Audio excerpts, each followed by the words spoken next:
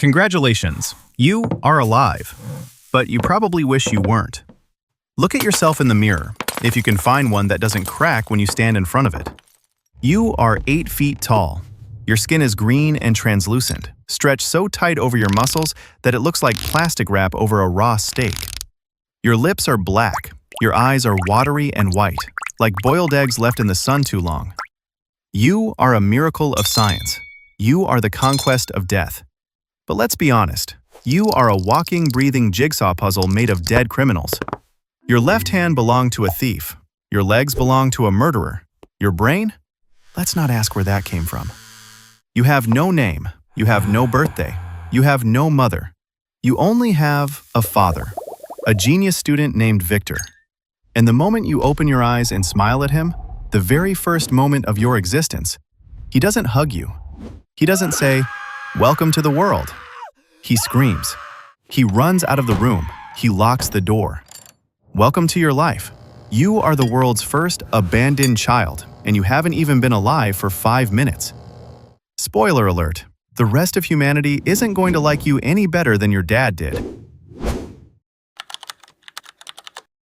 It is a cold, rainy night in November 1792, Ingolstadt, Germany. You are confused. Your brain is firing neurons that haven't been used in weeks. You feel cold, hunger, and light all at once. It's overwhelming. It's sensory overload. You stumble out of the apartment. You are wearing your creator's clothes, which are comically small on you. You look like a giant trying to wear a doll's outfit. You wander into the forest. You don't know what a tree is. You don't know what the moon is. You put your hand in a fire because it looks pretty. And you learn your first lesson. Pain is real. For the first few weeks, you are essentially a giant toddler. You eat berries, you drink from the stream, you cry. You try to go into a village to find food. Bad idea. The villagers don't see a lost, confused soul. They see a demon, a monster. They throw stones. They scream. One guy hits you with a shovel. You run away, bruised and bleeding. You hide in a small hovel next to a cottage. You sit in the dark, touching your scars. You don't understand. Why do they hate you? You have a heart. You can feel it beating. You want to love. You want to be held. But you look down at your hands, giant, scarred, stitched together, and you realize the truth. You were built for horror, but programmed for love. And that is the cruelest joke in the universe. You spend the next year hiding in that hovel. You become a voyeur. Through a crack in the wall, you watch the family living in the cottage, the DeLacy's. They are poor, but they are kind. You watch them share food. You watch them play guitar. You watch them hug. This is your education. This is your YouTube tutorial on how to be a human being. You learn language by listening to them teach a foreign guest. You learn words like fire, milk, love, and family. You learn to read. You find a satchel of books, Paradise Lost, Plutarch's Lives. You read about God creating Adam. Adam was beautiful. Adam was loved. You realize you are not Adam. You are the fallen angel. You are Lucifer. But even Lucifer had friends in hell. You have no one. You decide to try, just one more time. The father of the family is blind. He can't see your ugliness. One day, when the others are gone, you knock on the door. You talk to the old man. He listens. He hears your voice, your intelligence, your soul.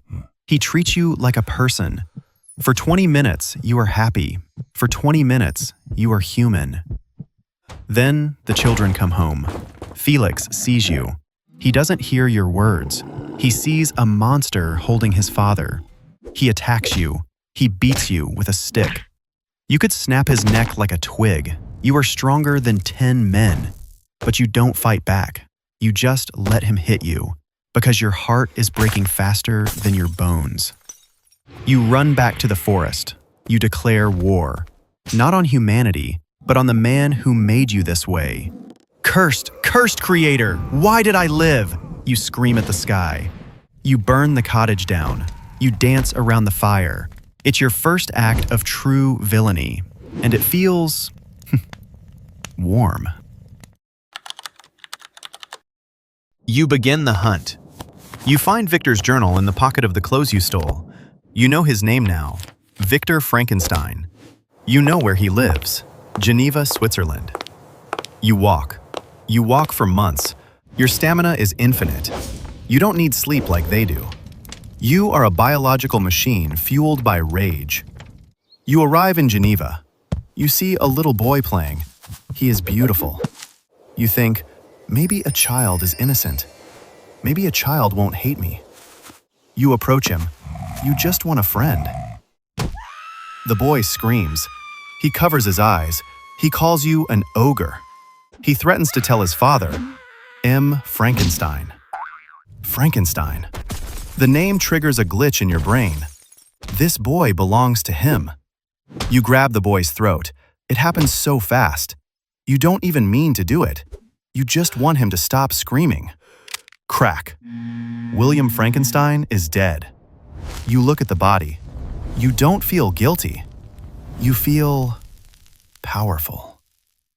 You take the locket from the boy's neck and plant it on a sleeping servant girl, Justine. She is executed for your crime. 2 deaths, one by your hand, one by your lie. You are learning the ways of men very well. You finally confront your father. You meet Victor on a glacier in the mountains. He calls you devil. He tries to kill you, but you are calm. You are eloquent.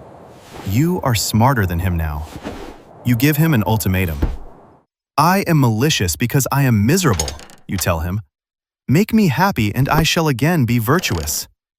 Your demand is simple. Make me a wife. Build another creature, someone as ugly as me. Someone who won't scream when she sees me. We will go to South America. We will eat acorns and sleep under the stars. We will never hurt a human again. Just give me one person to love. Victor agrees. He is terrified of you. You follow Victor to Scotland.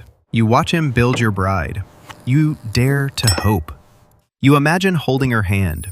You imagine not being alone. But Victor is a coward. He looks at the unfinished female. He imagines a race of devils. He imagines you having devil babies. He looks out the window. He sees your face, your hopeful, hideous face. And he destroys her. He tears the female creature apart before she even takes a breath. You howl. That was your last chance. That was your only ticket out of hell. You enter the room. You look at your father with dead, cold eyes. You don't kill him. Death is too easy. You whisper the sentence that will haunt him forever. I shall be with you on your wedding night. And you keep your promise. On the night Victor marries Elizabeth, the love of his life, you are there.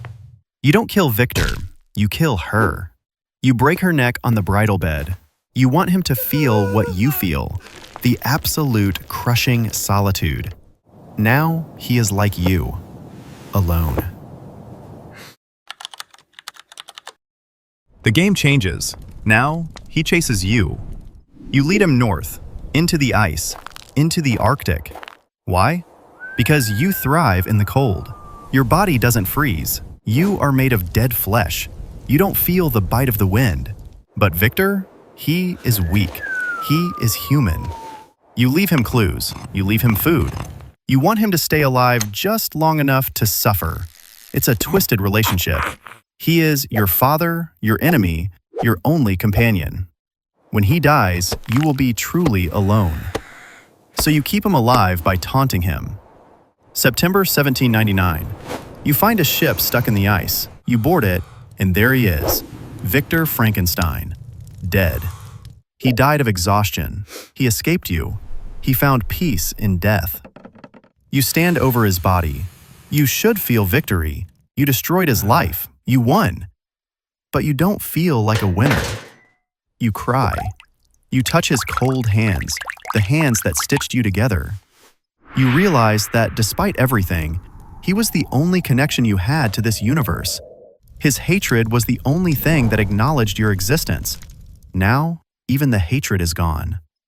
The ship's captain finds you weeping over the corpse. He asks who you are. You tell him.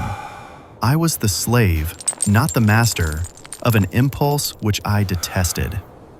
You tell him that your heart was fashioned to be susceptible to love and sympathy, and when wrenched by misery to vice and hatred, it did not endure the violence of the change without torture.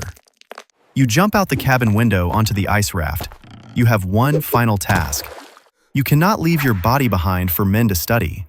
You cannot let them make another you. You will build a funeral pyre. You will sit on it, and you will burn. You light the match. The fire catches your dry, green skin. As the flames consume you, you don't feel pain. You feel relief. The fire cleanses the stitches. It melts the mismatched eyes. It turns the monster into ash and smoke, drifting away into the Arctic wind. You were never named. You were never loved. You were a science experiment that had the audacity to have a soul. And in the end, you were the most human character in the story, because you were the only one who owned your sins. Thanks for watching. Try to be nice to the ugly things in the world. They might just be lonely.